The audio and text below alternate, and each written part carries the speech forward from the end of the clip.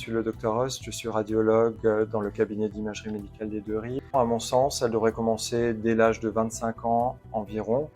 Toutes les femmes devraient être sensibilisées à ce qu'est le cancer du sein et comment on le détecte.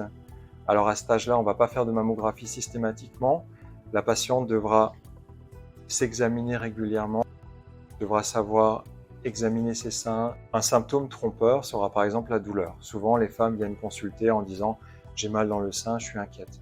Alors, on se méfie de tous les symptômes, mais ce qu'il faut savoir, c'est que la douleur oriente très rarement vers le cancer du sein. Ce que nous, on cherchera vraiment et ce que vous devrez chercher également, ce sera une modification dans la morphologie du sein, c'est-à-dire dans l'aspect, en vous regardant dans le miroir, voire même en tirant les bras un petit peu vers le haut et en arrière. Est-ce qu'il y a une bosse ou un creux au niveau de la peau? Le mamelon qui rentre alors qu'il ne rentrait pas avant, ça c'est pas normal.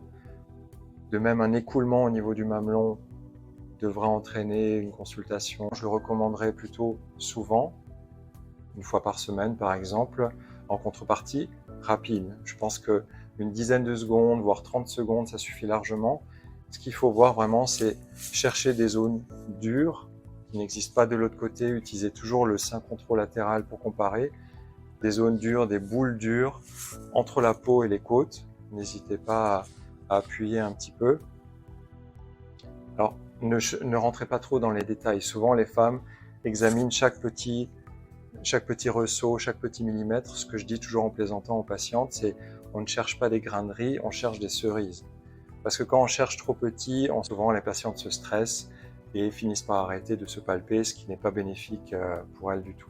Ce qui fonctionne bien pour la palpation, c'est par exemple sous la douche, en vous lavant avec du gel, on sentira mieux les différentes masses éventuelles ou les nodules dans le sein. Le dépistage doit être un geste simple que vous pouvez réaliser vraiment dans votre quotidien. Il ne s'agit pas de s'arrêter de vivre pendant 1 heure et de s'examiner. Voilà, inutile de partir sur des examens trop longs.